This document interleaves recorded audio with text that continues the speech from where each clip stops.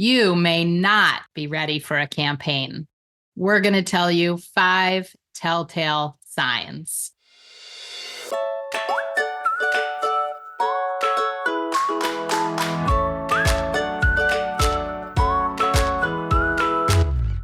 Welcome to All About Capital Campaigns, a podcast that provides fuel for your nonprofit's growth. Each week, Andrea Kihlstedt and Amy Eisenstein, co-founders of Capital Campaign Pro, provide practical tips about raising more money for your nonprofit organization. Here are your hosts, Amy and Andrea.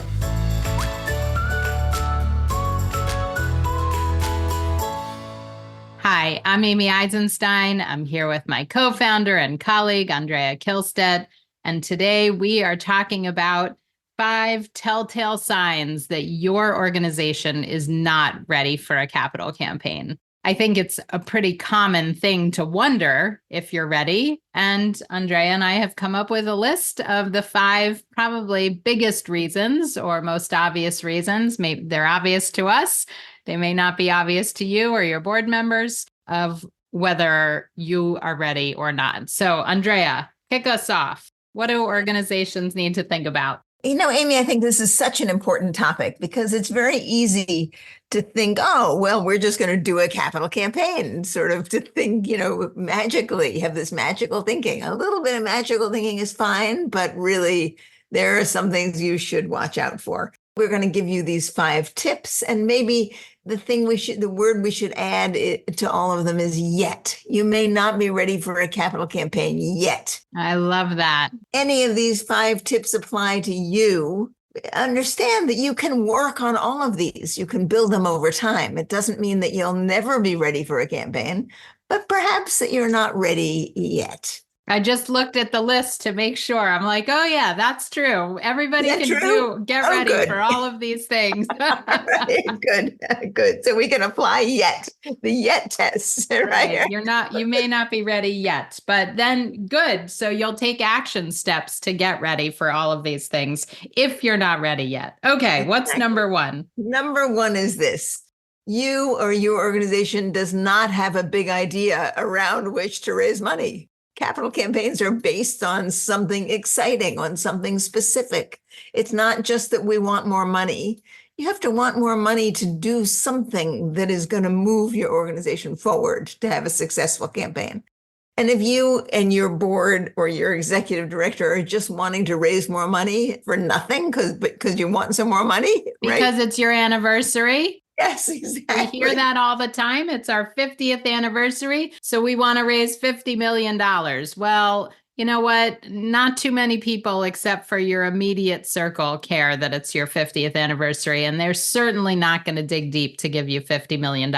The idea needs to be much more exciting than that. And, the fact that you just want more money or need more money for your annual fund, that is not a reason enough to have a capital campaign. So let's add the yet to that. So what that would say to me is that you or your board should really spend some time saying, well, what would move us forward? What should we be doing to move this organization ahead so that we can do more for the people that we serve or to carry out our mission more fully? Let's figure that out. So You're not ready yet because you don't know the answer to that yet. Right. So it's time for strategic planning, some blue sky thinking. What is going to catapult our organization for the next 50 years so that we serve our community in a bigger, better, more impactful way? All right. Excellent. Number 2 on the list is you need to be able to make a list of 10 of your leadership level potential biggest donors. So you need to make a list of at least 10 people who are 6- and 7-figure prospects, those that are going to give you $100,000 gifts, $500,000 gifts, and $1 million gifts. If you can't make a list like that, you're not ready yet. And that's for a significant capital campaign. Of course, you can scale down those numbers if you're talking about a little campaign. And you can do a little campaign, let's say for $500,000 or $250,000, you can do that. And then the numbers would be smaller. Nonetheless, you would need to be able to identify 10 donors who could give you the top gifts relative to the campaign size. that you're taking on. And if we say to you, okay, can you make a list of those top 10 donors, and you all feel yourself getting scared and you look at the piece of paper and it's blank, then guess what? You are not ready yet. Yes. Although I have to say, I do ask this question frequently when I'm talking to prospective clients. And I ask them if they can make a list like this with if they have any sense of who their lead donors might be, who would give, a 20% of their campaign goal, 10% of their campaign goal. And, just because you can't make it sort of instantly or off the top of your head doesn't mean that after a meeting or two, taking a deep dive into your database, talking to some of your key board members, talking to 3 or 4 people, you couldn't come up with a list. So this may be, way out of reach. It may be months or years away, or it just may be days or weeks away once if you've never thought about it that way before. So yet is relative, right? It just may take a little research, or it may take a lot of work. Right. That said, Amy, the organizations that are really doing a good job of fundraising know who their top donors are. They true. don't have to go and look in their database and say, well, maybe so-and-so has money. They already know who their top donors are, and they're paying attention to those top donors. Year in, year out, they're paying attention to them. So to be really ready, you should know who they are. Now, to be sort of ready, you sort of know who they are, and you've got some work to do to build those relationships. Right. And if you're really not ready in this, then you've got even more work to do to find out who in your community those donors might be and to bring them on. So that's an important part of the work. And if you do that work, it will not only lead you to a capital campaign, but it's going to strengthen your regular fundraising. Yeah, absolutely. You're right. Everybody should be able to rattle off the top 3, 5, 7 names. Right. When I push them to think about 20 names. And so that takes a little more thought, yes. 5 to 10. 5 or 10, everybody should know who their top 5 or 10 should know who those are. Yes, absolutely. All right. Number 3. Yes, go ahead. So no development staff, no fundraising staff. You are an all volunteer organization. Now, it turns out that while it's not impossible to run a capital campaign that way with no staff at all, it's really difficult unless 1 or 2 of your volunteers are willing to act like staff, are willing to take it on as though they were staff members, even though they're not getting paid. That happens occasionally, but it's rare. So your organization needs to be grown up enough to actually have some real dedicated fundraising staff members to carry out a campaign. This is not chicken feed. It's not easy, right? Somebody needs to be well organized and to set it up properly and to know something about fundraising to actually get the whole thing managed and effectively run. Yeah. So sometimes that's just an executive director if there's no other fundraising staff. But ideally, you have a development director at least, and are considering also staffing up for a campaign. If you're running a campaign of more than $1 million, you probably need to add a staff member. It might be a campaign manager. It might be an administrative assistant. It might be outsourcing some of the other development responsibilities, like hiring a part-time grant writer or a grant writing consultant or somebody to help with events. So there's lots of ways to think about staffing up, but your existing staff can't do everything that they've already been doing, plus a capital campaign on top of it without additional support and expertise. So really thinking about who's going to do the work of the campaign, and it's likely existing staff and they need support. But really, the number 3 is if you don't have any fundraising staff, you're not ready for a campaign yet. Good. Let's go to number 4, Amy. And that is that you have no history of fundraising. And that, of course, goes with not having any fundraising staff.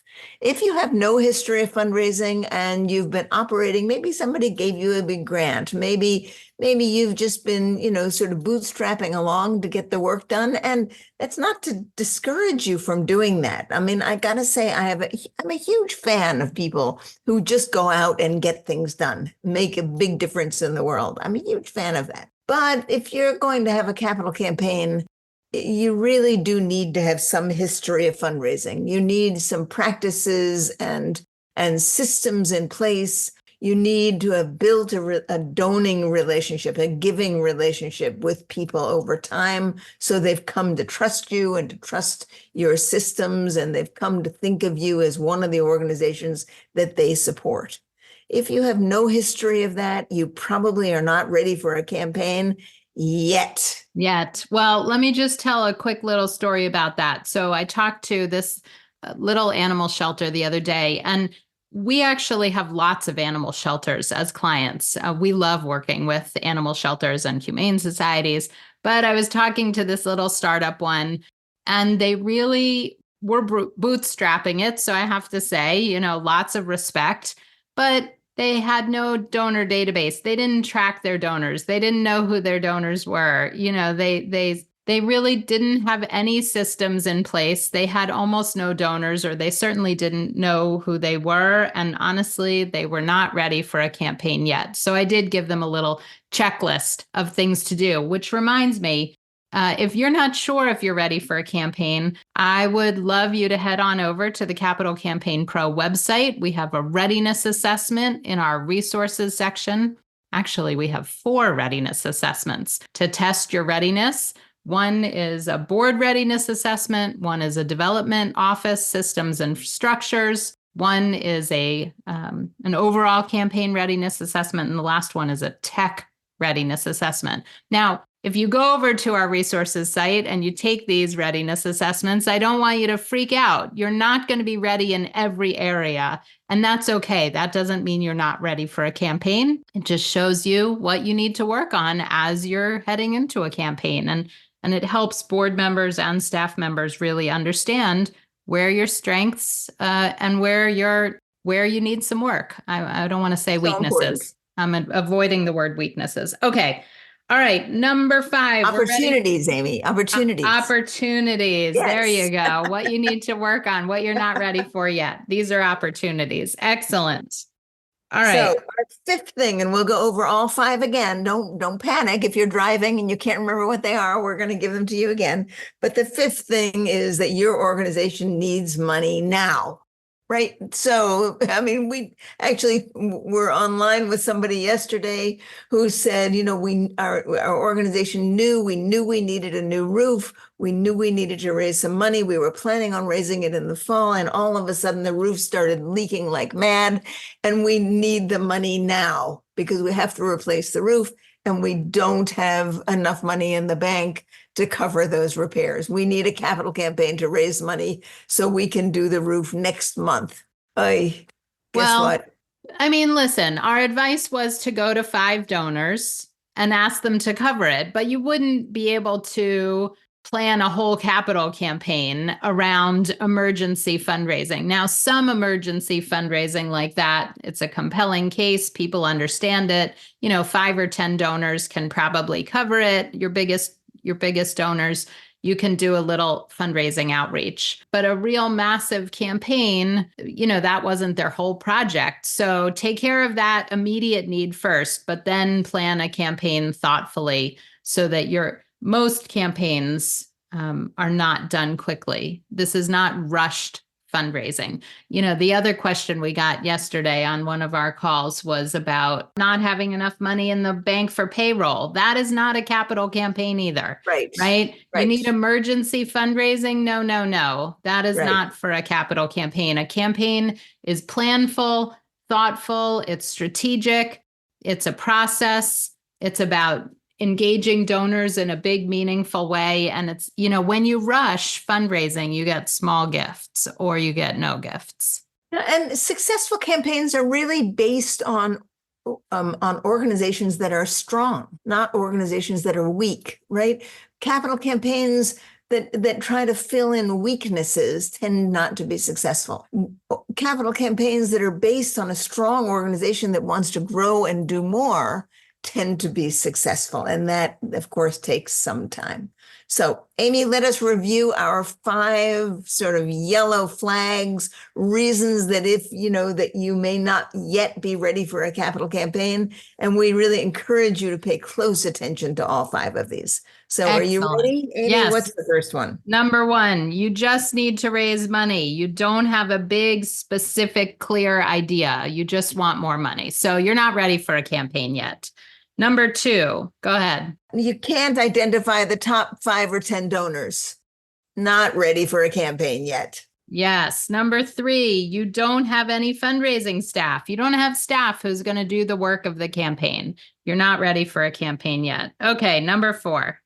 Number 4, no history of fundraising. You've been scrapping it together and doing a great job of that, but you don't have any real fundraising program.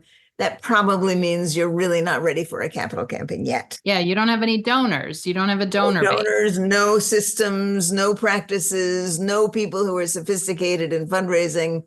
Not yet. All right. And number 5 is not enough timeline, right? Emergency needs. Too short of a turnaround. Does that not bode well for a capital campaign? So excellent. So head on over to the Capital Campaign Pro website to grab your readiness assessments. They're under the resources tab. And thank you for joining us, and we'll see you next time.